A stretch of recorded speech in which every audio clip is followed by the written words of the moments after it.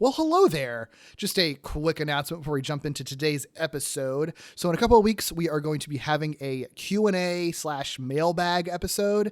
The reason that is happening in lieu of a regular episode is actually for an exciting reason. And that reason is that Gimmicks is going forward going to have a new permanent co-host. And it is actually someone you have heard on this podcast before. That new co-host is going to be David Arnold, who was last on the Mythic Quest episode earlier this year. There's a number of reasons for that, and we will talk about all of those in our Q&A episode in a couple of weeks. So obviously if you want to ask us about that, you can, but we're going to be talking about it regardless. But the short of it is going to make the show better, and it is very exciting. So any questions that you want to ask us to, so he can introduce himself and you can learn more about him, but also learn more about me too. And, our interests and, TV history stuff with us, our thoughts and opinions on whatever, doesn't have to be related to TV, but obviously those are going to be fun questions given the topic of the podcast.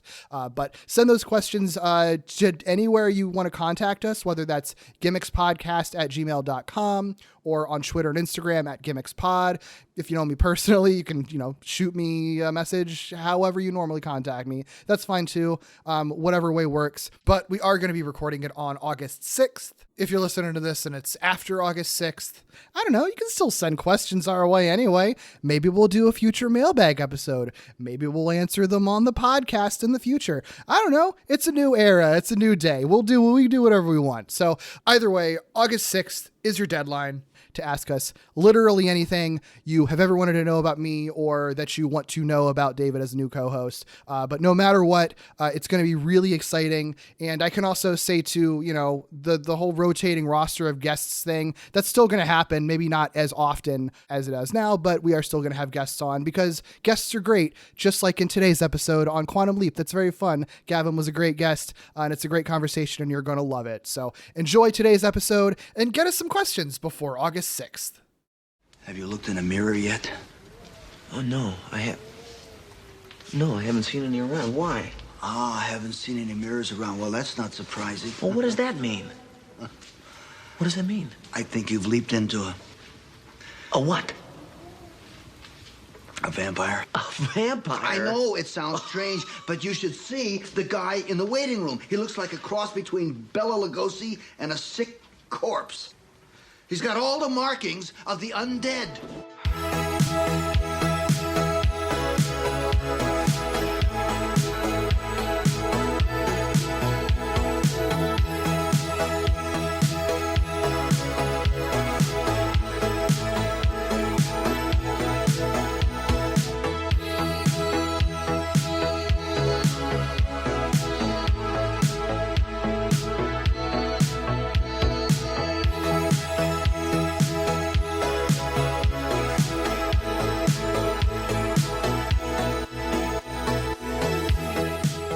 Welcome to Gimmicks, a podcast about the high-concept, experimental, structure-breaking gimmick episodes of TV, from musicals to bottle episodes to vampires, ?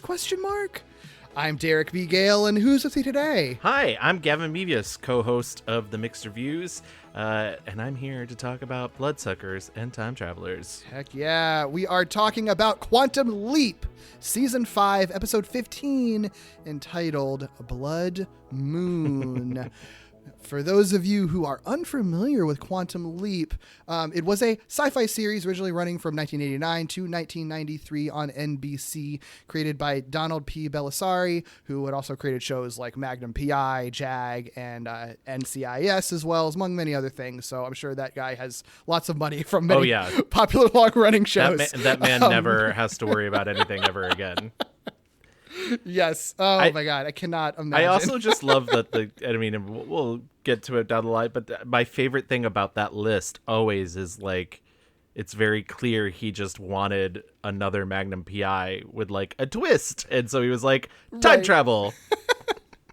Yep. Oh yeah. It totally makes sense when you see the DNA of this show for why it's like barely a sci-fi show. I mean, unless it really needs to be. There's a lot of God in it for a sci-fi show. And it's something I didn't even pick up on when I was a kid. But it is ever so slightly Jesus-y, but not too terribly. He does leap into a rabbi every now and then. Sure. Yeah. I think it does. It gives the show an interesting flair. And I do think it makes the show, considering how like bananas the premise is, and like it's weirdly complicated it kind of is to talk about. It is like, I think makes it kind of accessible, because it's sort of like, you don't have to understand how the like mechanics of the leaping works to just like watch this like human drama unfold every week, right. you know?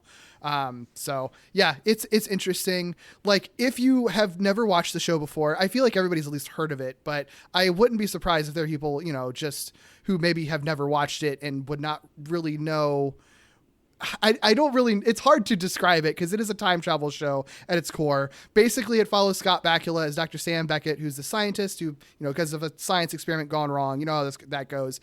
Basically, the premise of the show is that after that experiment, he now involuntarily leaps through time and space into people's bodies, and is like sort of just vaguely, mysteriously guided to correct mistakes throughout history, both like big and small. And that's pretty much the basic bare bones premise of it. There's more to it beyond that, obviously, but like that's the basic. As you were saying that, I sadly didn't realize how much of that opening narration, which is great, and I think all shows should be given an opening narration, I agree. is burned into my brain. So you're saying that, and my brain's going, theorizing that one could time travel within his own lifetime. Dr. Sam Beckett stepped into the quantum leap accelerator and vanished. Theorizing that one could time travel within his own lifetime, Dr. Sam Beckett stepped into the quantum leap accelerator and vanished.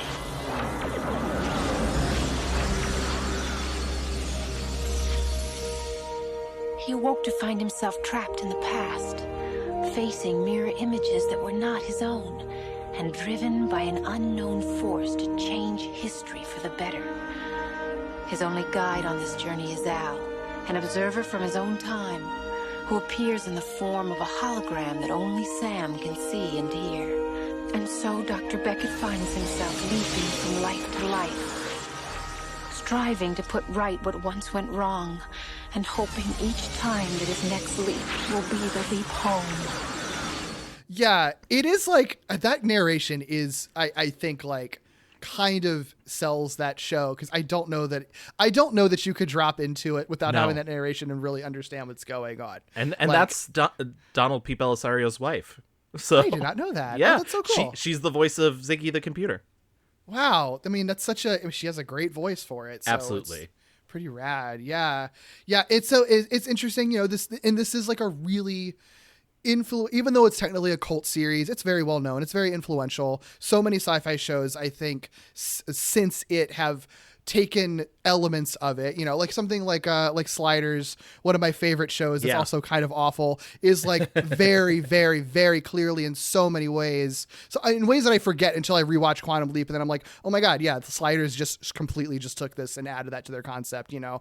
And anything that involves like people sort of traveling through different blanks somewhat involuntarily, like, and has an opening narration, probably owes it to Quantum Leap, honestly. Absolutely. Yeah. And you know, it's like won tons of Emmys, it's got lots of acclaim. It's got a sequel series that's currently airing. Yeah, that's a little too, I mean, for the guy that created JAG and NCIS, he like, the new series has a little too much of that. It's like, I like it. I decided to like binge most of it because I had not finished it for this episode, and I ended up enjoying it. I think it gets off to a really rough start, but I was like, the big difference here, besides like a lot of continuity inconsistencies between the original series and it, but whatever, I'm a nerd, is that it's like a full team now, and I like the team, but I'm also like, why are they like, no? Yeah, because every freaking thing is a team now. Like every... Yeah. You'd have like a superhero show. It's like, well, yeah, it's about one superhero, but of course he has to have an ensemble team and then everybody gets powers. Like, yeah, I do think that there's something so special about this show that is just like your two leads. You have Sam and you have Al, and that is it. Really, that's it. I'm sure it helped keep the show very cheap because you don't have to pay more series regulars. But also, like, there's something very intimate about it, and I think it also gets to like a lot of the loneliness of traveling like this as well. That there's really only one person who fully understands what he's going through, you know, and that's Al. Yeah, right. It's Well, I mean, we've already gotten into it a little bit. What's your personal history with Quantum Leap?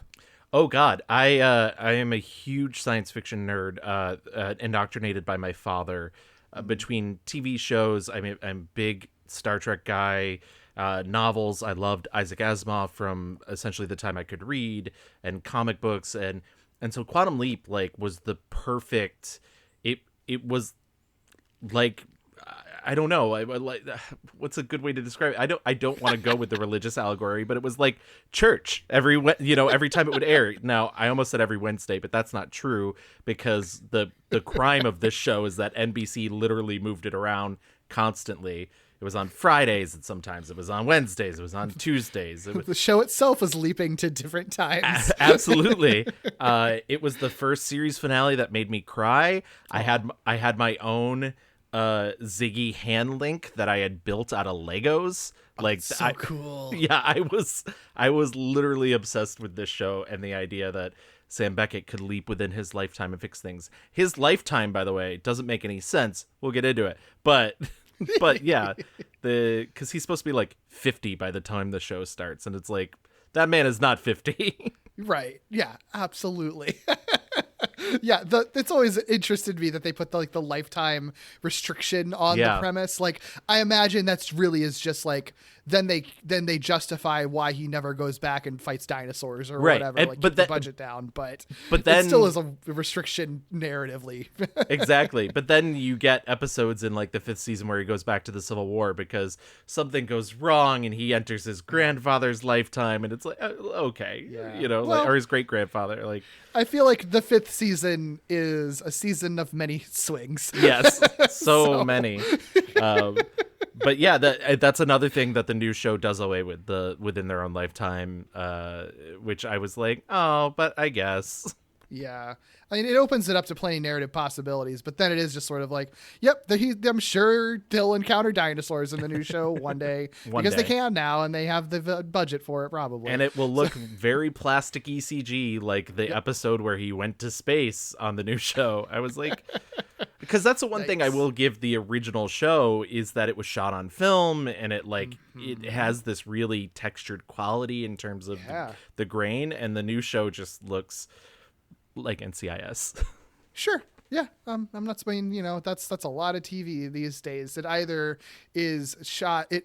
costs way too much money to make and is $1 million an episode, or it's just very flat and just looks perfectly adequate, but not really anything special. Yeah, I do think Quantum Leap, the original show it is a really beautiful looking show. Yeah.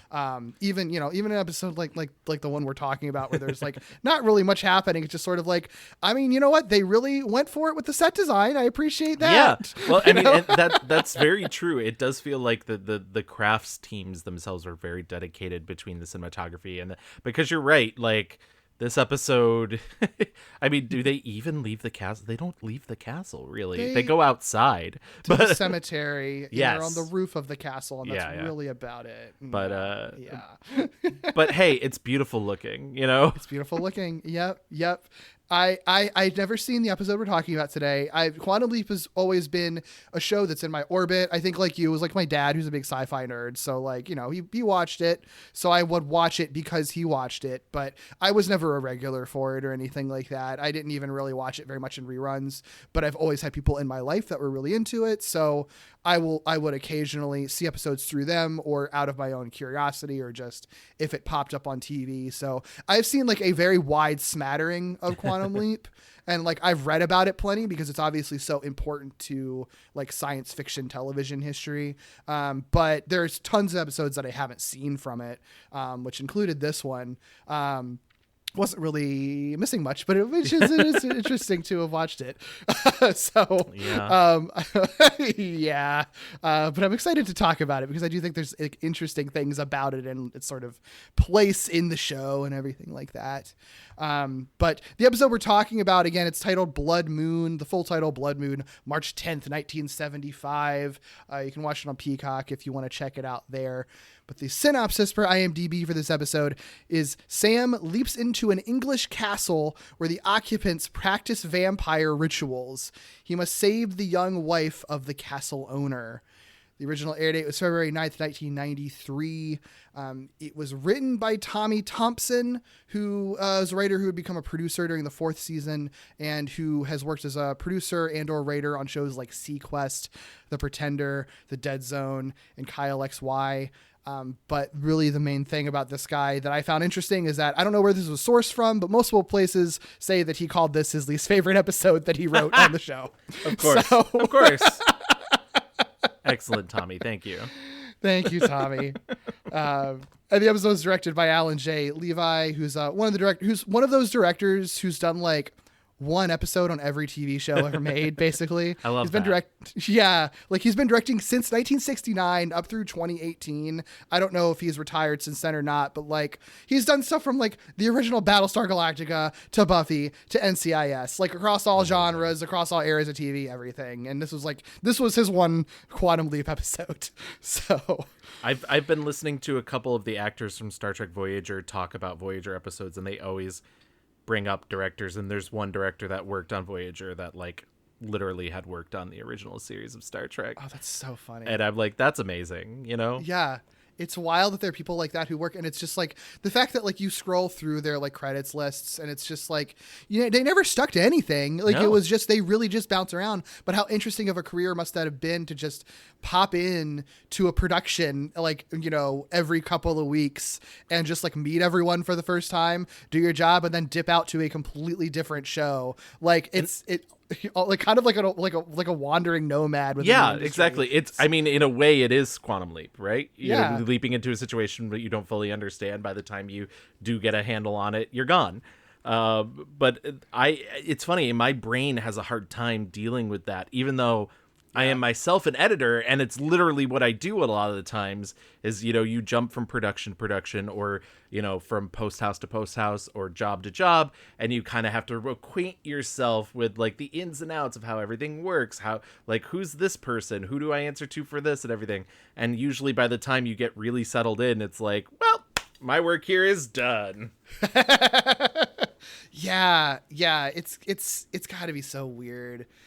And like, especially because it's like if you show up for a particularly weird episode of a show and that's the only experience you ever have with it, like that's got to be extra weird. Like you show up like, oh, I'm signing up for Quantum Leap, like a sci-fi series, and now I'm gonna direct an episode that's like a gothic horror homage. Okay. Absolutely. I mean, I'm down. You know, I would, but yeah, it's crazy. It's such a crazy idea. Mystery Tuesday. The legend comes alive. Vampire? No! When Sam leaps into the life of the undead. Is it Halloween tonight? Well, new Quantum Leap Vampire's Blood. Then it's a special night for Unsolved. A girl home alone is murdered. One man's on death row. Another's confessed to the crime. Who did it? Quantum Leap and Unsolved. NBC Mystery Tuesday. Coming soon, the original uncut horror classic, Dracula. I'm Sam Beckett. My time travel experiment went wrong, and now I leap into other people's bodies, and I don't know who I am until I look in a mirror. Oh, boy. Quantum Leap. You never know where you'll turn up, except Wednesdays on NBC.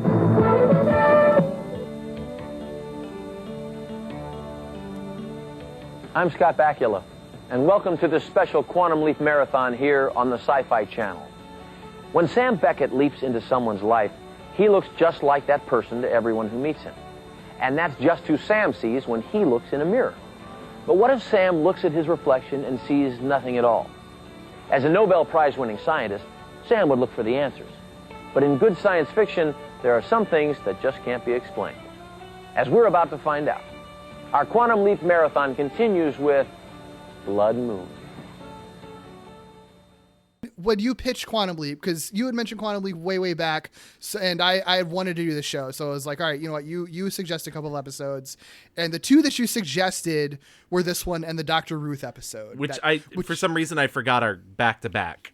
That's so, what a freaking weird, like, I mean, weird season of TV, the last season of Quantum Leap is anyway, but like having those two episodes back to back, like, which I have seen the Dr. Ruth episode. I had seen that ahead of time anyway. And I think that episode's really fun and weird. I love Dr. Ruth. So like, it's a bizarre choice, but like, it's a fun one, but like, what it has to be one of the most, like, if you just out of context, like, clip that end of that episode, how bizarre is it just to see, like, a sequence of events where Dr. Ruth is in, like, a bare blue room, disappears into lightning, and then a vampire takes her place and hisses at the camera.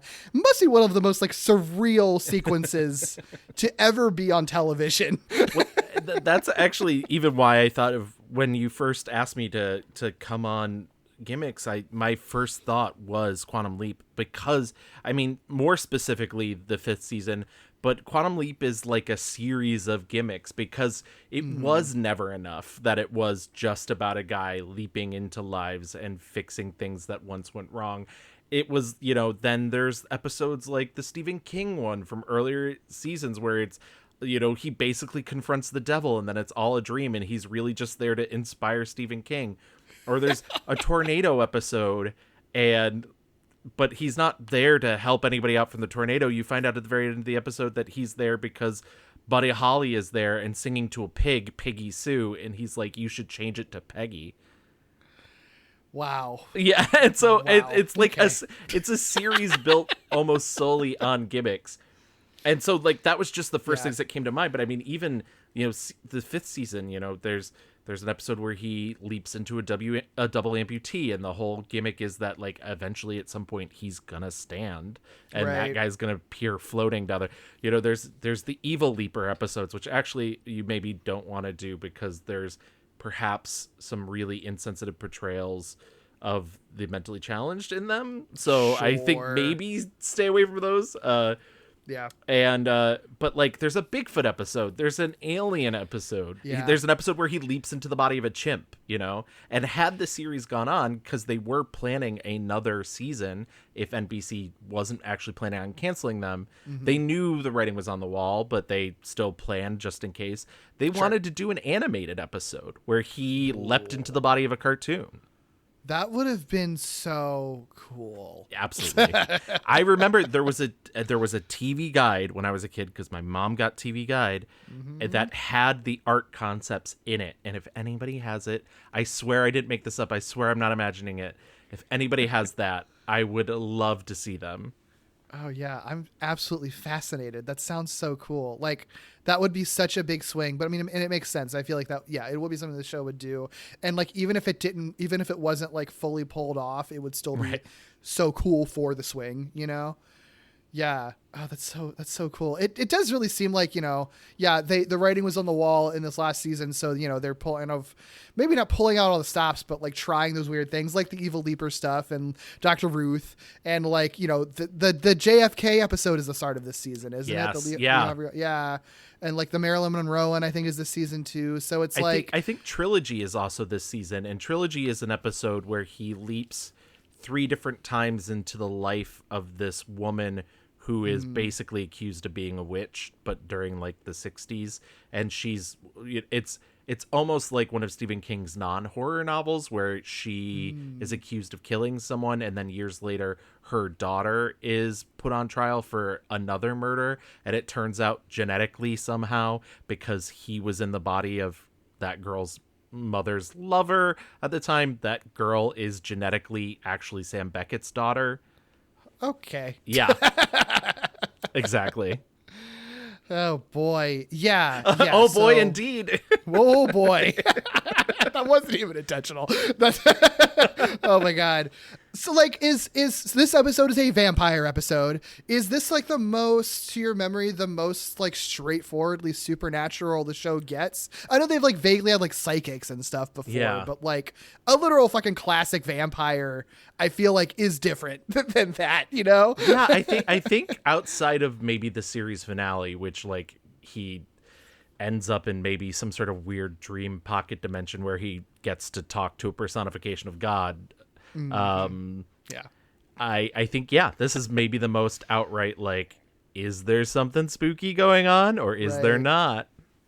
Yeah, which, again, final season, I guess. I get the idea of doing something like that. It's weird that it's not just a Halloween episode and they even like make it a point to be like, nope, this is in March, this is airing in February.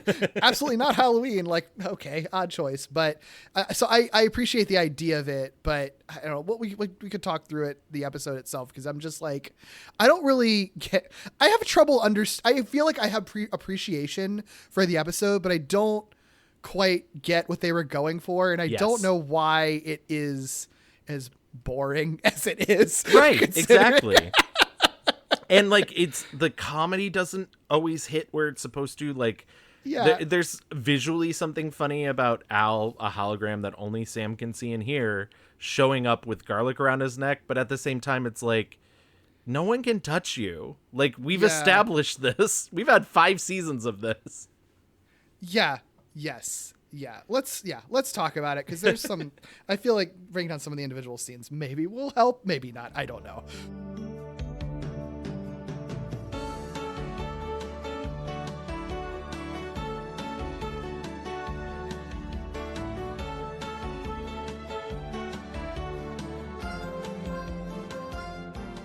We talked about it, the episode previously ended with literally seeing a vampire in the waiting room, which is where, the people that Sam leaps into show up in the future. So that's what we're in for. Which is unfortunate that's another thing the new show has gotten rid of. And to me, that's the biggest crime of the new show, because I truly think the idea that their body is left in the future and everybody he's leaping into leaps into his body is such a smart idea and such a fun idea. It is, and there's so much you can play with that. That's a really bizarre thing to get rid of, actually. I wonder if they just felt like it was a little bit too high concept, but it's like, that's the show, though. Like, but so the way that this episode opens is Sam like literally waking up in a coffin, and it looks like he's in this like gothic candlelit castle.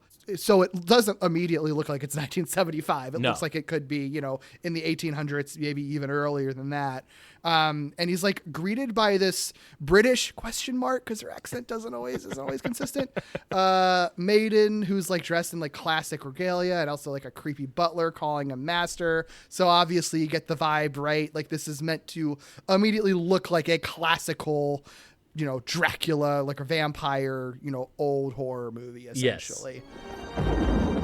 Leaping in and out of new situations has taught me to be prepared for the unusual. But I suddenly had the feeling I'd left unusual and landed smack dab in the middle of bizarre. The night is torrid. It's just as you said it would be. It?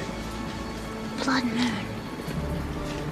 One of the main characters that we meet, this British maiden who, not a British actor, and you could tell, is Alexandra, who's played by Shay Delin, who looks like she could be like Nicole Kidman's like third cousin. was my first thought.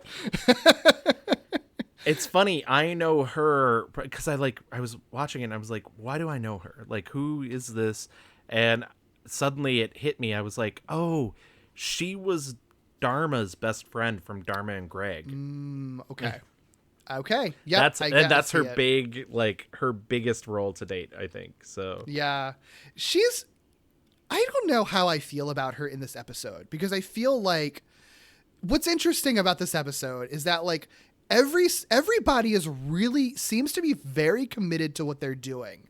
And I feel like she was maybe intentionally directed to play everything incredibly straight, you know, because she does have these moments where she's really good at like looking deeply into people's eyes, and like her eyes tear up as she reacts to what they're saying. But then it's like played up against Sam just being like really goofy and like not really knowing what to do. So like I have a hard time. I don't know. I that's my whole thing with this episode going forward is like I have a hard time understanding what tone they're trying to go for and how I'm supposed to feel about it. Like, am I supposed to be fascinated by the contrast of this being like a classic horror movie that Sam's thrown into, or am I supposed to find it very funny that they're doing this, or because it's not campy or anything? So I don't know. And that's you're absolutely right. That's the wild thing, because I think had they not cast Rod Loomis as the butler and Ian Buchanan as his friend, which we haven't gotten to yet, but we will soon enough, who are both genre actors. Ian Buchanan's maybe most famous for he's spent years on soap operas, and Rod Loomis, I think his biggest role to date was he was Sigmund Freud in Bill and Ted's Excellent Adventure. But he was also in like Beastmaster and stuff. So like these are genre actors, and they know how to camp it up, but they, they're just played. Everything is played so straight. Yeah. You're right. Everybody is really restrained. Like, that they can camp it up, but like everyone seems to be kind of holding back a bit and like pretending that they really are in like a direct to DVD or direct to video 90s like Dracula knockoff. Like Dracula 1996. Like right. Yes. Exactly. Yeah, it's just weird, and I'm just like I don't really know what the desired effect was supposed to be. Like, you either go for being very creepy, which I don't know that the show necessarily could have pulled off, but I would have appreciated if they tried, or you just go full camp with it, because either way, this middle ground. It just ends up being kind of boring, which it is, because I mean, like, the premise for this that we quickly find out is that they're preparing for some kind of ceremony / party for the blood moon. They're like collecting sheep, which I like the one point that Sam's like, I hope the sheep are okay. And it's like, obviously they're going to be some kind of offering. Good old Sam. Good old Sam. Yeah, it's good. And like Sam has leaped into Nigel Corrington, who's this eccentric artist who's like apparently lived in the castle for 5 generations, maybe because he's a vampire, who knows? And like he had recently shocked everyone by marrying this homeless girl who Alexandra is. And like, if you're kind of tracking like blood moon sacrifice, maybe you can kind of guess where this is probably going. What I do like, even if the jokes don't always land, is that like, we see what's going on as the audience. Sam is just sort of like, I guess the guy's just a weirdo that I've leaped into. And Al is like fully 100% in on the idea that like, no, this is a vampire. I've seen a vampire in the waiting room. I'm looking at this castle. If the writing is on the wall, you are in a vampire right now. 100% vampires exist. You're not running the program because there's a vampire in the waiting room. Is that it? Is that what you're telling me? You should see this guy Corrington, Sam. He's a first-class flesh eater. He's got all the classic signs. He's got the pale complexion, the beady eyes, the lustful stare. Al, you just described yourself. Ha ha! Very funny, Sam. Yeah, you're gonna laugh, but I'm telling you, you have leaped into a night stalker. All right. Now that's enough. Now I want you to repeat after me. There is no such thing as a vampire. Oh, come on, Sam. Say it. There's no such thing as a vampire. Okay. It's funny, going back to what you were saying too about the lack of camp, and how like tonally, it keeps rubbing against each other the wrong way. There's this very cartoony, very Dracula-esque painting above the fireplace. And one of the running gags of this episode is that there's no mirrors around for Dr. Sam Beckett to see his reflection, which is how he sees the people he leaps into. And Al like points at this like super cartoony portrait, and he's like, oh, you want to know what you look like? It's that guy. And it's basically Count Chocula. Yeah. Yes, it totally is. It's so silly.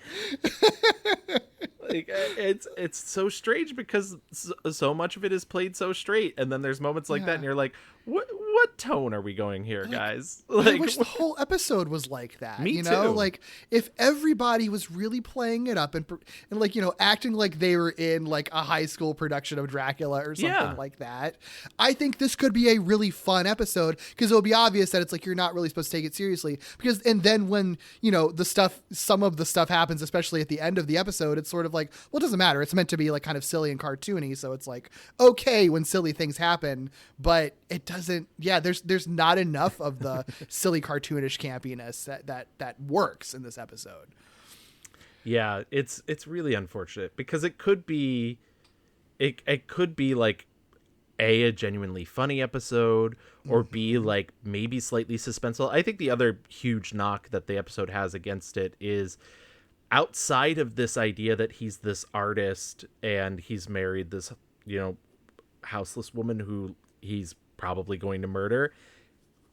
The central concept is literally just, is he a vampire or isn't he? And it's hard to sustain 46 minutes of TV on that alone, because that's the only like real question you have throughout the entire episode.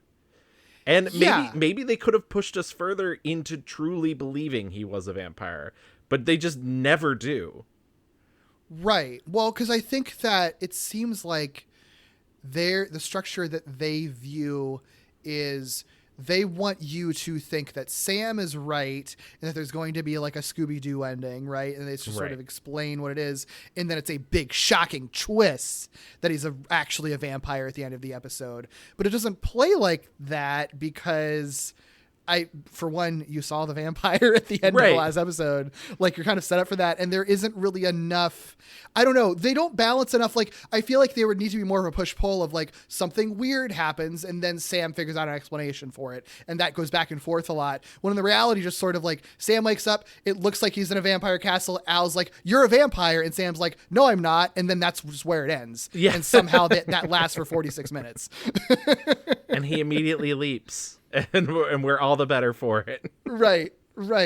And also, I think the other side of this episode too is that like there's like a sort of murder mystery aspect to it, right? Because Sam obviously is trying to figure out what he's here for, and this posh British couple shows up for dinner and for the ceremony. And, it's obviously very kind of awkward because they're acting like vampire-y, but Sam doesn't even try to be vampire-y. He's just being Sam. And this couple is Victor Drake and Claudia. Victor's Ian Buchanan that you referenced earlier, who he like gives me Pierce Brosnan vibes a lot. Yes. Like, she's Nicole Kidman's cousin. He's Pierce Brosnan's cousin. Which explains why he's been in soap operas for so many years. Right. Exactly. Lord Corrington, it is an honor to finally meet you. Yes, well, hello. Thank you. Allow me to introduce myself formally, sir. I'm Victor Drake. This is my companion, Claudia. My lord, it's an honor to join you on this most sacred of nights. Yes, well, it's really nice to have you here, too, with us. I must say I was quite surprised when you responded favorably to my letter requesting the privilege of joining you on the night of the blood moon. Your name, sir, is legendary among the followers. Although I never expected to encounter such a vision of beauty upon my arrival. But like, once they get here, that's just our cast for the episode. And then suddenly the mystery is like, what am I here to stop? Al suggests, based on computer readouts, like usual, that they are there to stop Alexandra's murder because they've seen through history that her body will later be found drained of blood. Right. So the mystery now is, okay, how does that happen? Is someone a vampire? And if so, who is it and who has killed Alexandra? But the problem is that there's only 3 suspects there, and it's like they might all be vampires, and at the end of the day it's basically all of them, right? So... Yeah, I was gonna say, and outside of the, what an odd I don't want to skip too far ahead, but just like, it's fine. I don't get the impression that like outside of saving Alexandria he's really changed that much in the timeline. No. Like, it seems like the person he leaped into is probably still a bad guy and is maybe gonna go to jail for the accident that kills his shitty friend, but that it's also an accident. The things that Al are the things that Sam often does that change history for the better are, it's not necessarily that they're bigger. Sometimes they are really small, but they are like, he gets a family out of a burning building, or, I'm trying to come up with like good examples. Like, he saves a radio station. Like, these are things that like seem small that have an impact. And this is literally just telling this girl, get out. That's it. That's like, just leave here. Well, again, skipping to the end, but like, I mean, that we find out that she becomes a missionary because she's saved. So I guess with like the very like pro God point of view, I guess that's what's so important about her. Absolutely. Just spreading the good word. Wow. I forgot about that already, and I just rewatched this. Well, I literally, this episode was I was like, what happened at the end? Oh, yeah. Look, if you want an episode to fall asleep to, this is pretty good. It's actually, for an episode with vampires, it's exactly that. Yep. What I will say, one thing I do appreciate is like with Alexandra's murder, I think they are smart about how they sort of dole out the details to it, because Al just says her body was found drained full of blood. You can connect the dots from there, right? They don't specify like 2 bite marks or whatever. And it's not until much later that he eventually gives more details. And it's like, well, she had a puncture wound on the carotid artery, right, which you can then be like, oh, okay, fangs. But then it's like, and the murder weapon is a dagger, which isn't fangs specifically. So it's like, oh, so obviously there's more going on here than just vampires. But I do think that like they sort of sprinkle those details out enough to, if they were better about, I think, the whole vampire mystery, I think would have worked with sort of like keeping you guessing a little bit. And then the more for every detail you learn about her death, there's some sort of counterpoint to it. Like for everything you think that could point to it being a vampire for real, there's a counterpoint that it's like actually maybe not a vampire and something else going on. Like I appreciate that aspect of it, but all that stuff is sort of lost because we're spending most of the time just like at dinner with like people being sort of seductive-y and making out with each other a little bit. Right. And kind of more weird than erotic. Kind of more like, could we not? Yeah. Like there's a point, I think it's later, like there's a point when like there's a whole conversation and Claudia's just like sucking on Victor's ear while they're having the whole conversation like the entire time for a very long time. And I'm like, I see how you thought that could be erotic, but right. It's not. It's not quite what. Yeah.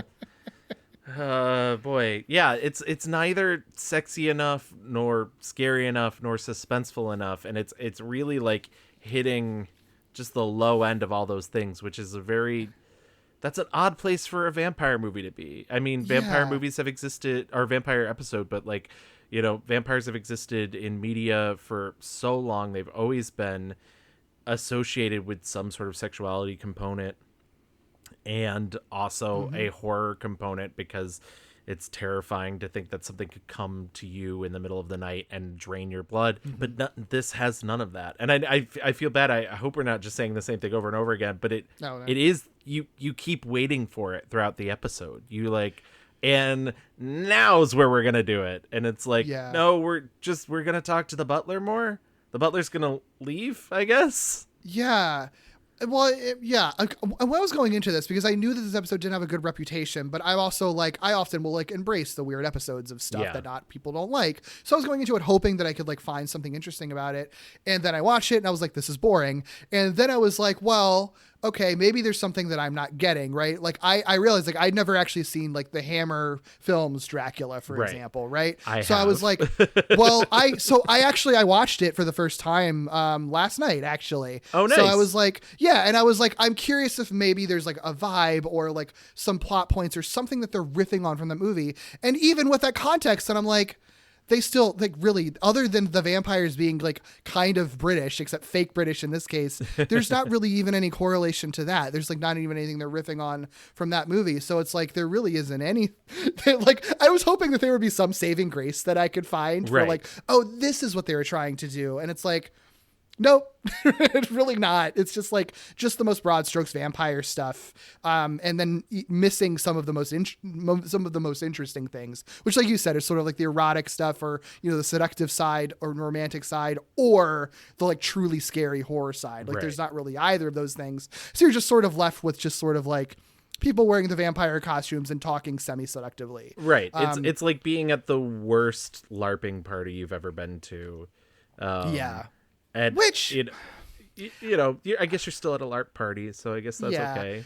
Like, I guess if you want to get really metatextual with it, as we learn over time, like the two, like the couple, Claudia and Victor are basically LARPing as vampires in this episode. So like, I guess that's maybe the disappointment is it's not, but you could read the disappointment as being intentional. Maybe like everything is fake because these people are faking all of it the entire time. Actually. Right.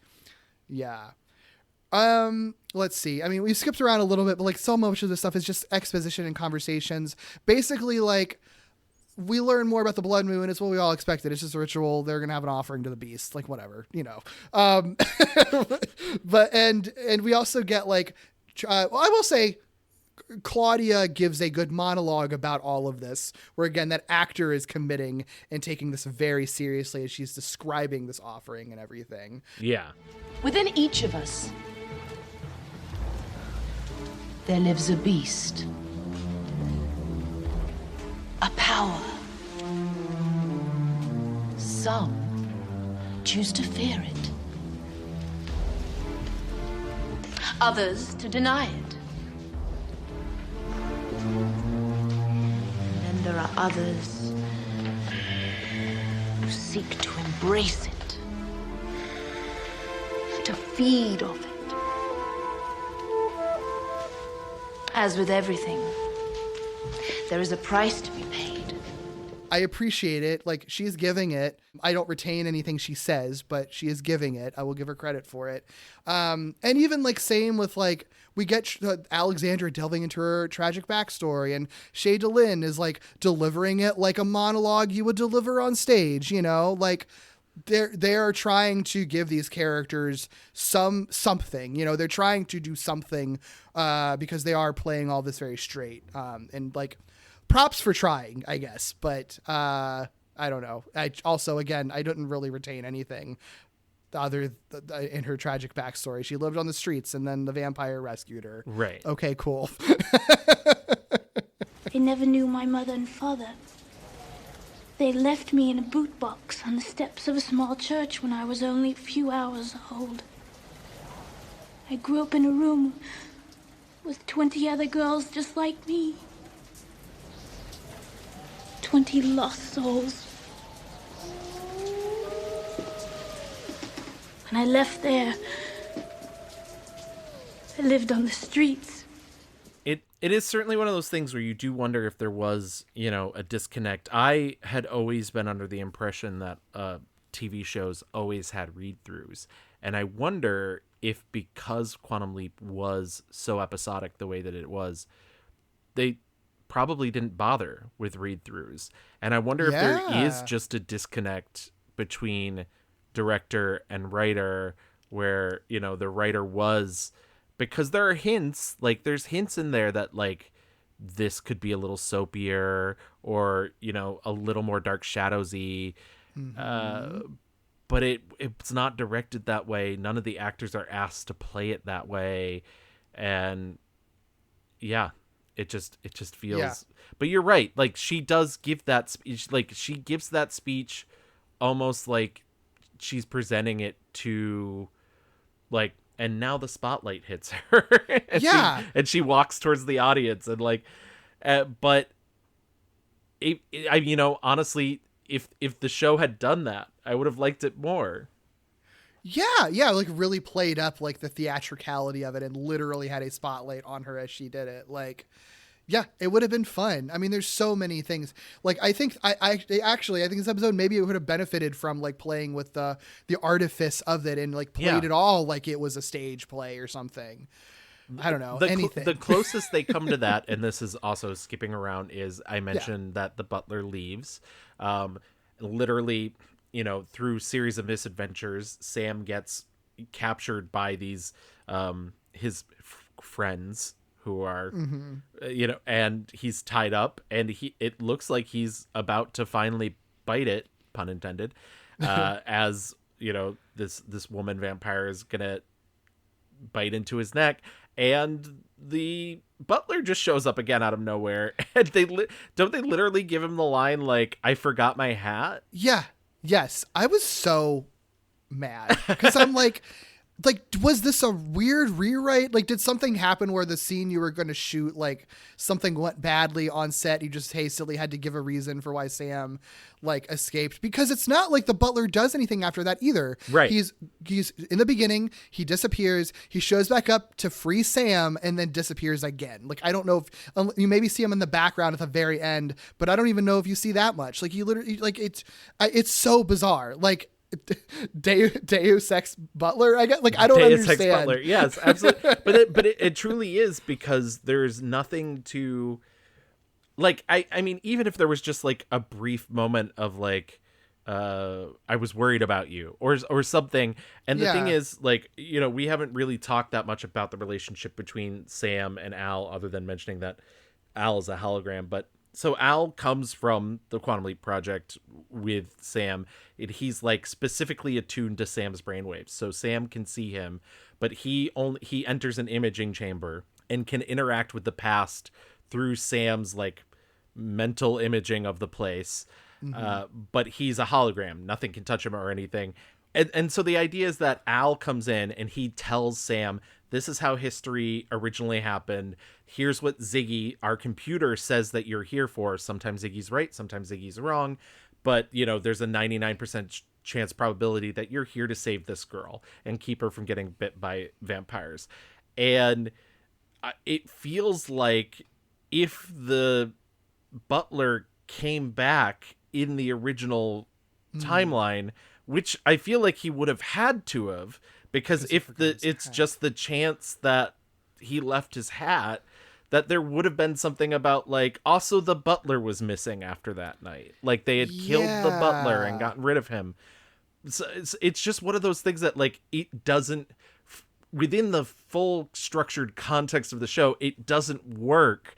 Because why would the butler, I guess like maybe in the original timeline, because the vampire that Sam leapt into was actually in on it and was willing to sacrifice his new bride, the butler showed up and maybe saw them do it and was like, I'm getting the fuck out of here.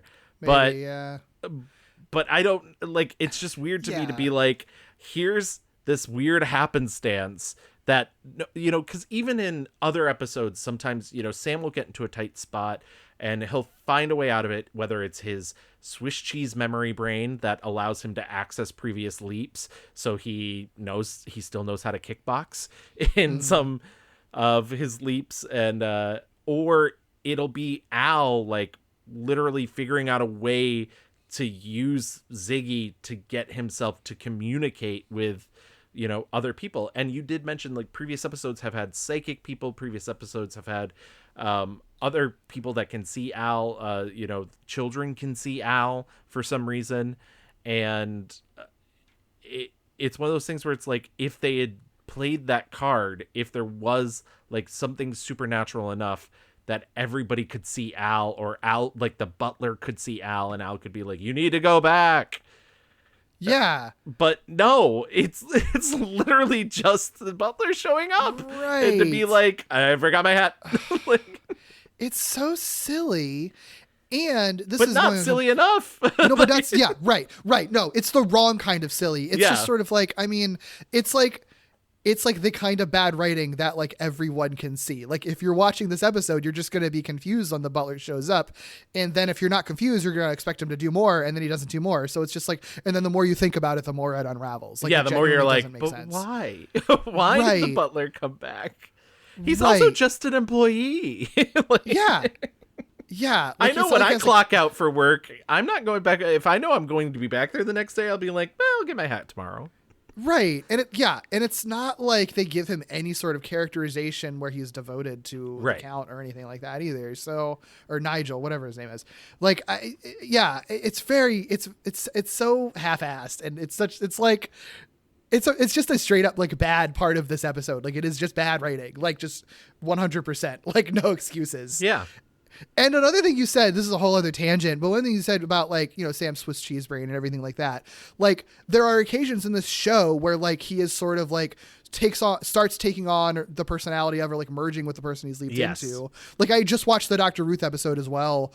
And and was like, oh yeah, there's that bit at the end of it where like he starts just talking like Dr. Ruth, like in her accent, and and Al's like, oh, you're sort of like, I don't know if it's you or Dr. Ruth talking. What a absolute like missed opportunity for this episode that he doesn't start getting vampire brain in this episode. Right. That why he's isn't not, that the threat? He doesn't seem conflicted about the fact that like, and that you're right. There is a heavy thread throughout a lot of episodes that if the personality is especially strong too, it like confuses his brain patterns. And so I mean, that's literally the entire plot of the Lee Harvey Oswald 2-parter, right? Is that it's like, how much is Sam doing and how much is Lee Harvey Oswald in possession of his faculties while Sam is in control of his body. Mm-hmm. And that would have been a more interesting take on this, because it would have been like, you know, is he really succumbing to these vampiric urges? Or is it that this artist is such a good con man that he, you know, he's able to do, but he never, he like, maybe it's just the idea to Sam Beckett is so preposterous, which by the way, like after all the leaps he's been in, this would be the preposterous one.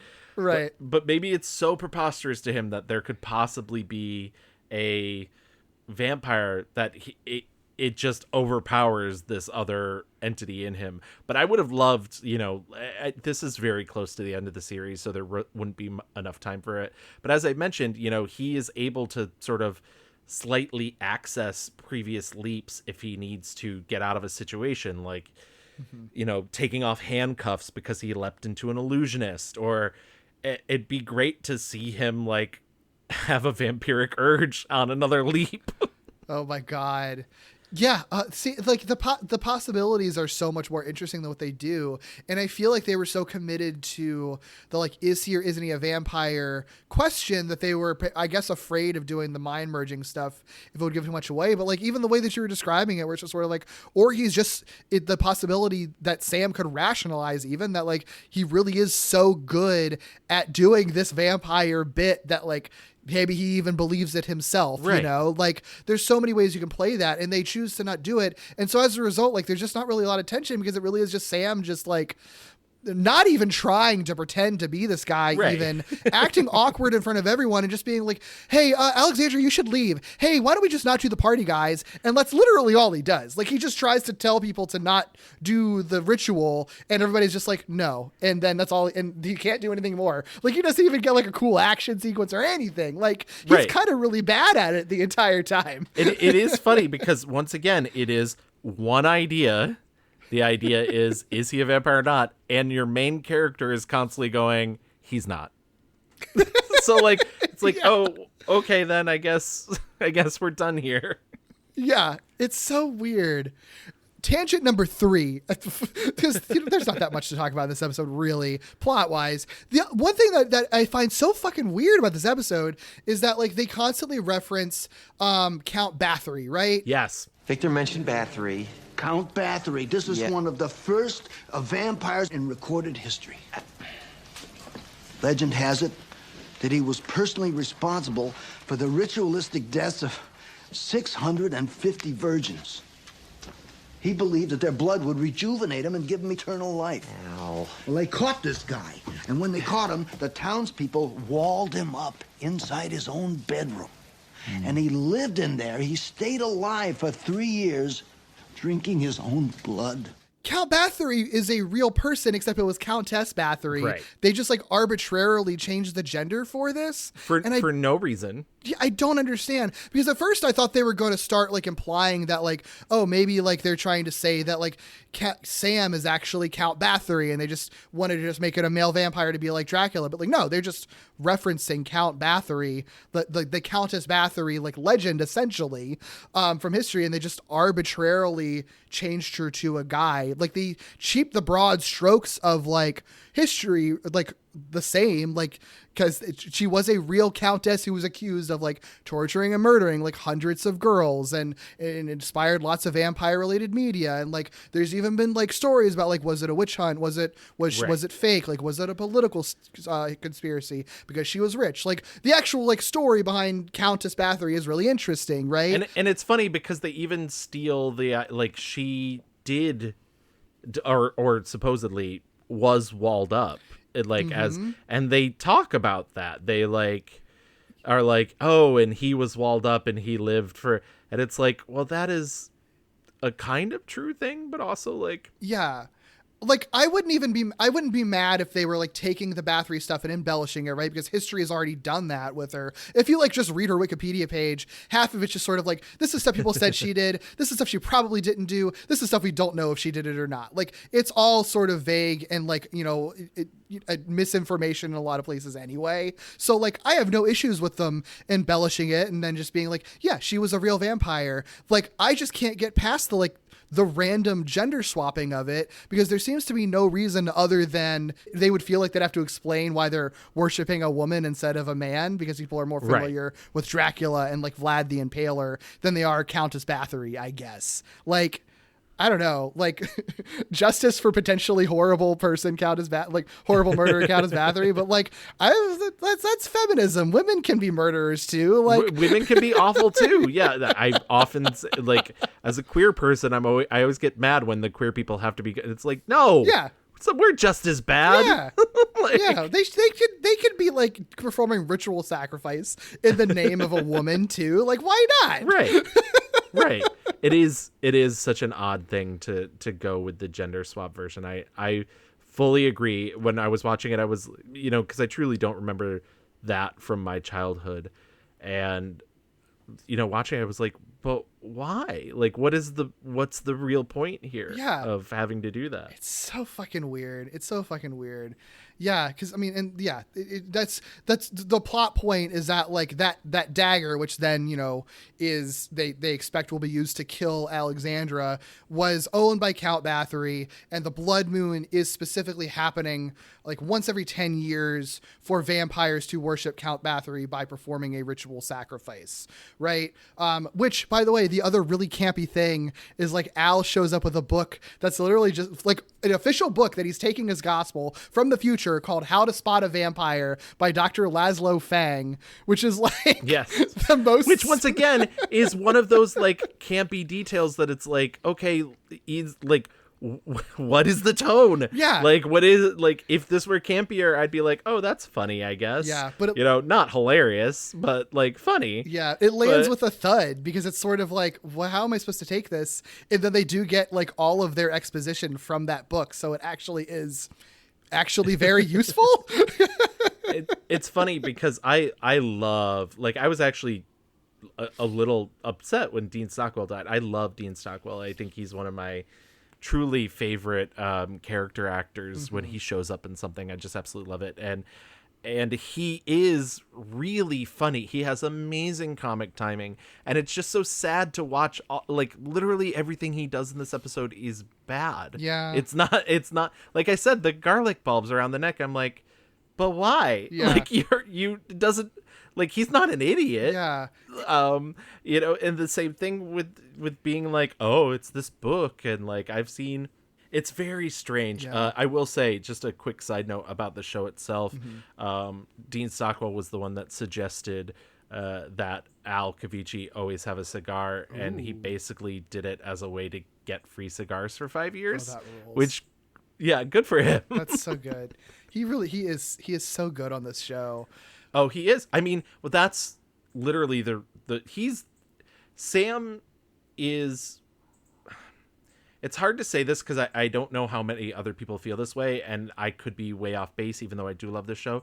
Sam's not the heart of the show. Sam's is good intentions, and Scott Bakula is a great fucking lead, and he really does an amazing job pulling this off every week of having to pretend to be somebody else. The goofier the situation, the better.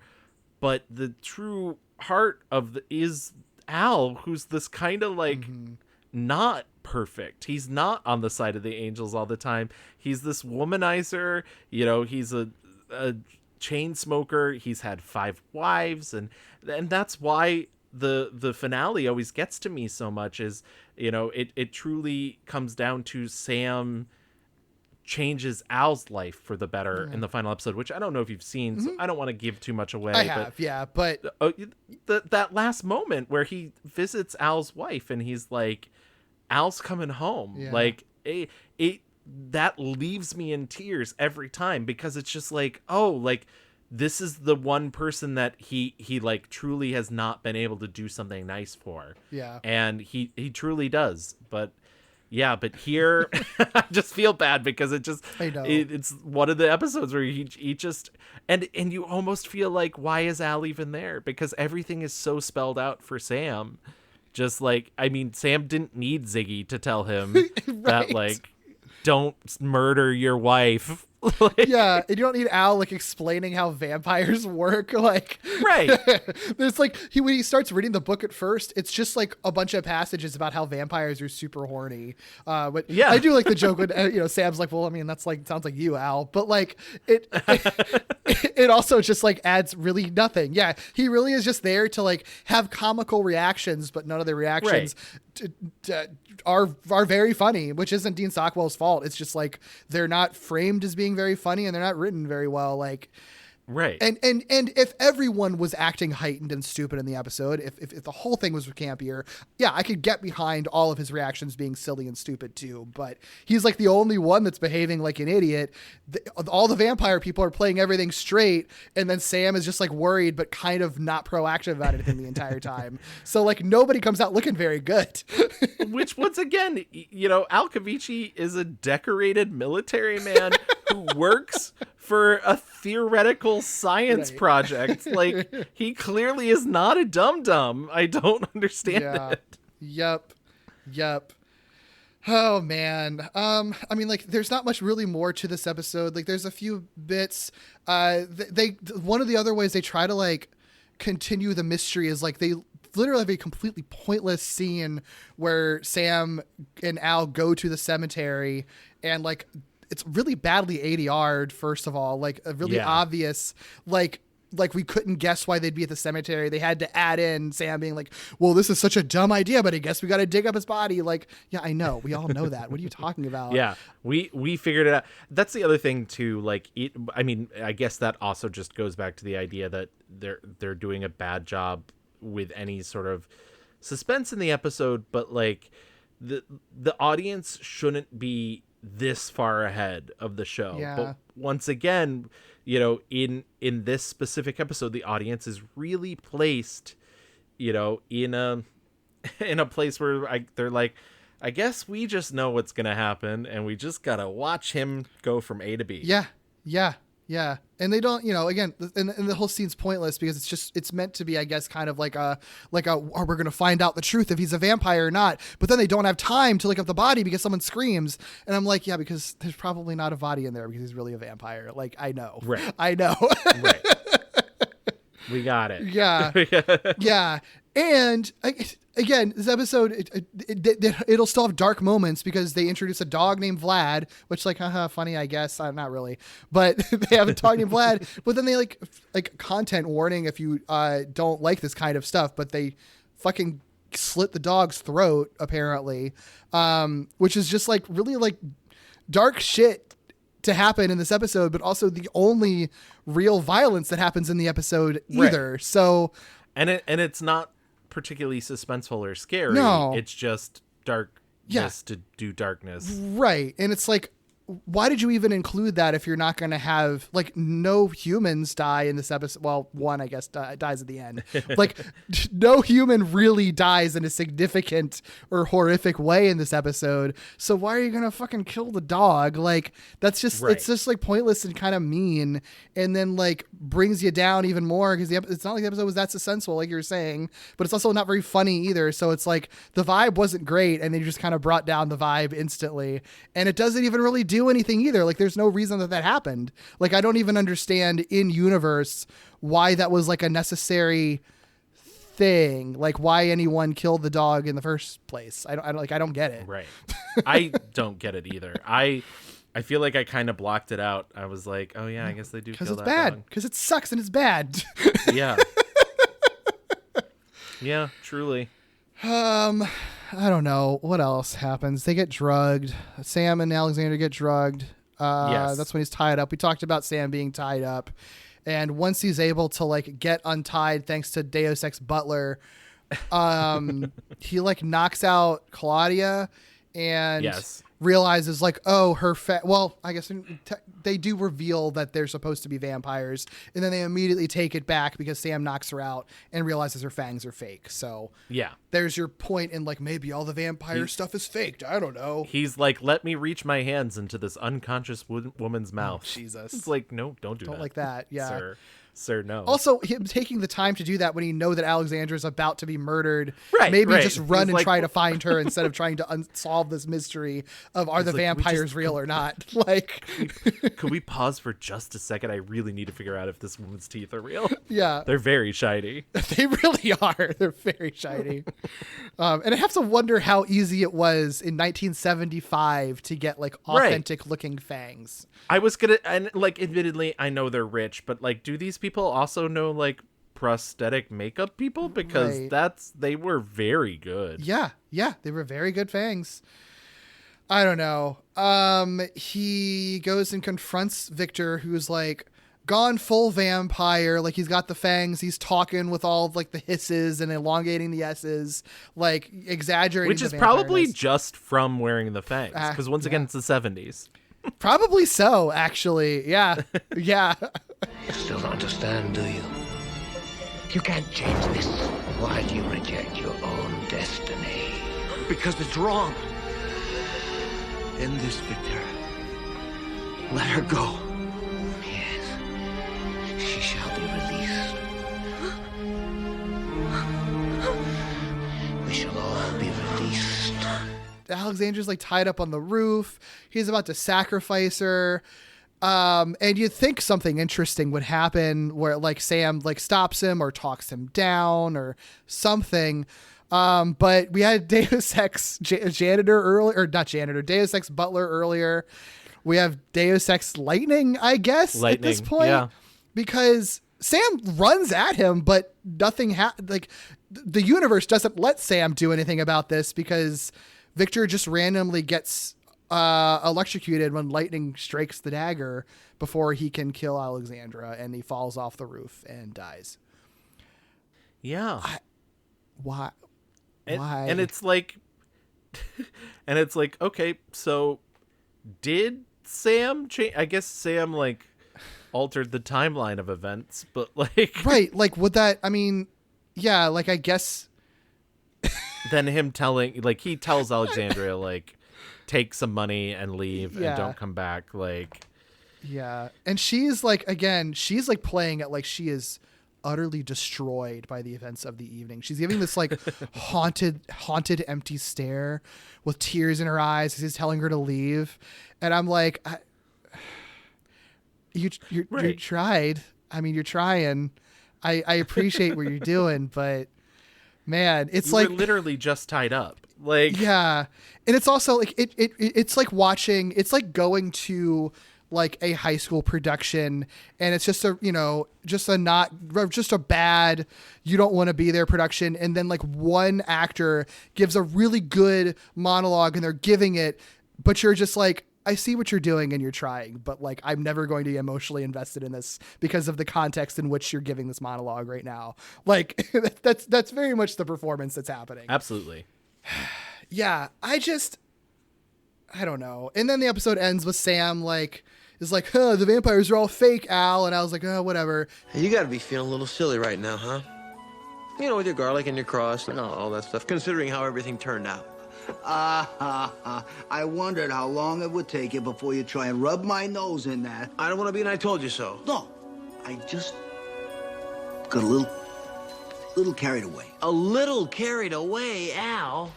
Yeah, just you a were little. Scared to death, a little carried away. I just hope that this proves to you, once and for all, that there are no such things as vampires.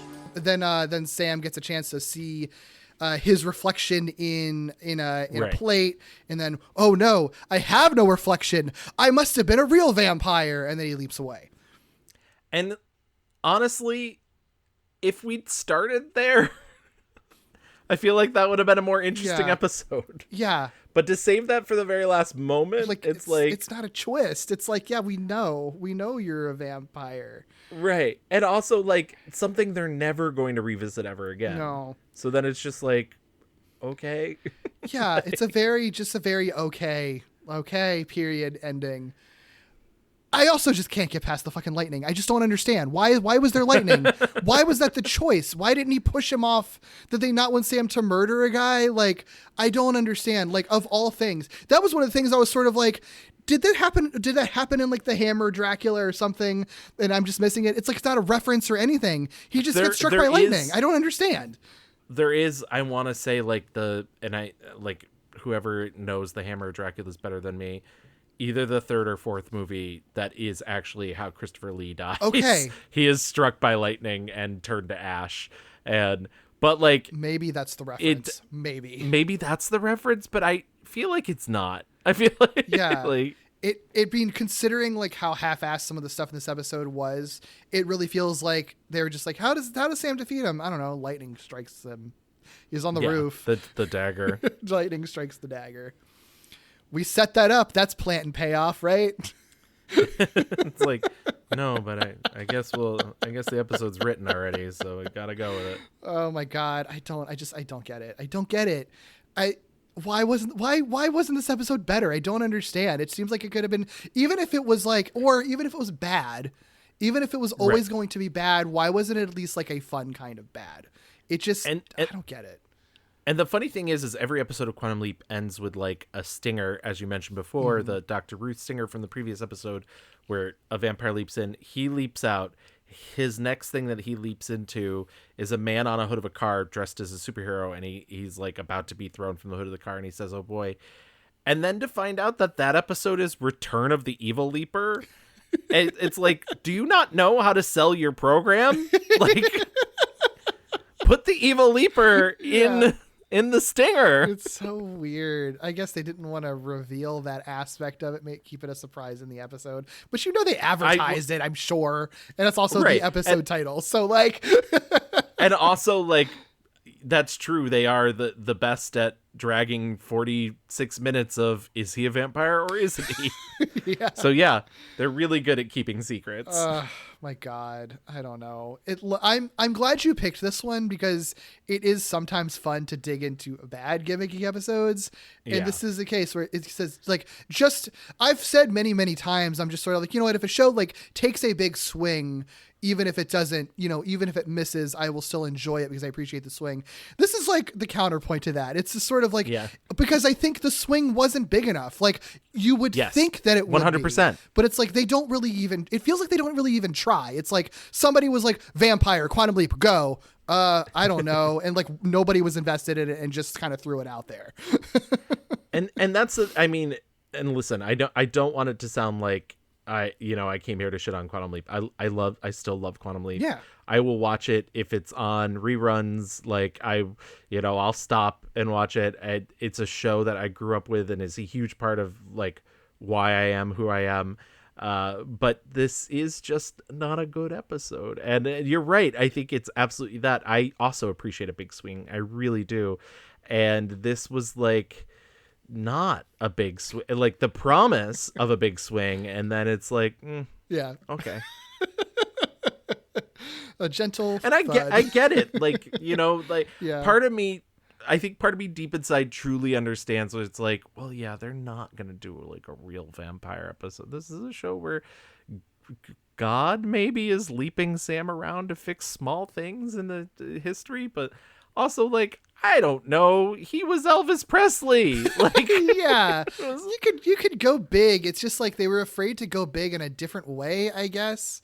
I don't know. Like there's like a certain cleverness to like, if we can't justify Sam actually traveling back to like a Victorian era or something like that, or something to do with like, farther back in time, then if you do some, like he leaps into someone who's eccentric enough to emulate, like something to justify doing a period piece in very pretty costumes. I appreciate that idea of it. And so it's like, if someone like, I couldn't find like a good background on this episode. I wouldn't be surprised if maybe they just like, there was another show or movie or something filming on the same backlot that just happened to have this like castle set and a bunch of period costumes. And they were like, let's do something with this. And then this is what they came up with. And I could sort of see that.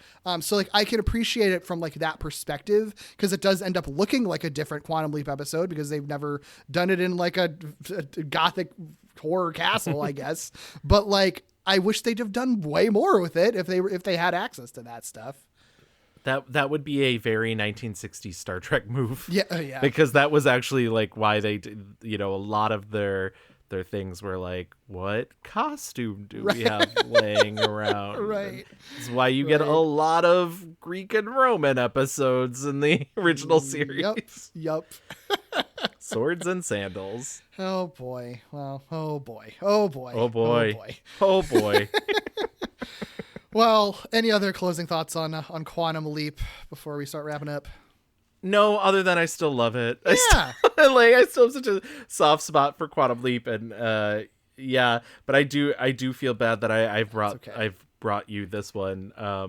But I think this supports what the show does well is by showing what it does badly. Like other episodes of the show have better characterization and like a more consistent tone and like find creative things to do with like, you know, a historical drama story. Like this just sort of ends up sort of encroaching in a realm that like the show just probably just shouldn't have tried to do if they weren't going to really commit to it, you know? Yeah. I think you're completely right. I think, you know, after like the first couple drafts, they should have realized this was a losing battle for doing this specific thing. If they couldn't find a way to fit it into, you know, the show's premise. And if this is the only way they could figure out to fit it into the show's premise, yeah, they probably should have scrapped it. Yeah, wasn't worth it, guys. Sorry. No, not at all. Oh boy. Well, this has been very fun. Thank you for choosing this episode as bad as it was. But Gavin, if people want to find you and everything you're doing, how can they do that? You can find my podcast on any major podcast app. It's called The Mixed Reviews. I do it. We're switching maybe to a monthly schedule now, but it's a film podcast that I do with my good friend Louis, and we take a subject such as an actor, director, or mini genre, and we take, you know, as much time as we can to watch as many movies as possible and do a ton of research. And we kind of do like a maximalist approach to film, which I like to say that now because I don't think there's that many people doing that in the podcast space, because there are so many film podcasts, and I'm so sorry.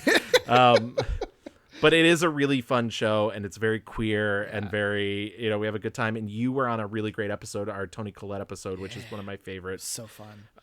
Well, I mean, it also doesn't hurt that you have this voice, so like your voice is like made to be heard. Thank you. You're welcome. Where is my money? But yeah, and so you can find us on all the places. If you want to contact us, there's always Twitter, as long as it's not a Nazi playground. We're at The Mixed Reviews. We're on Instagram at @the_mixed_reviews. And also, I guess if you want to follow me, but I don't know why you'd want to do that, my personal Twitter is @friendlessmean, because it's how I plan to die someday. Beautiful. Yes, definitely check out Mixed Reviews. It is one of the good film podcasts out of thousands that exist. You. So definitely check that out. I will sign that check back over to you. Perfect. Well, thank you again. You can find me on Twitter @Derek B. Gale, or on my other podcasts, Walloping Web Snappers, a Spider-Man podcast that does deep dives into every Spider-Man cartoon ever made, and also Falling with Style, which is a podcast that dove into every Pixar film chronologically. If you want to support this show, you can give us a little tip by buying me a coffee at ko-fi.com/gimmickspod. You can also follow this podcast @gimmickspod on Twitter and Instagram for some extra goodies, and email me your questions, feedback, and corrections to gimmickspodcast@gmail.com. And of course, please rate, review, and subscribe on all your podcast platforms. And until next time, friends, keep being weird. As I travel in space and time, I want to stay, I want to go. You see my face, but it's not mine, which you can see. never know. How can we meet if I'm not there? Our hearts may touch, our bodies close.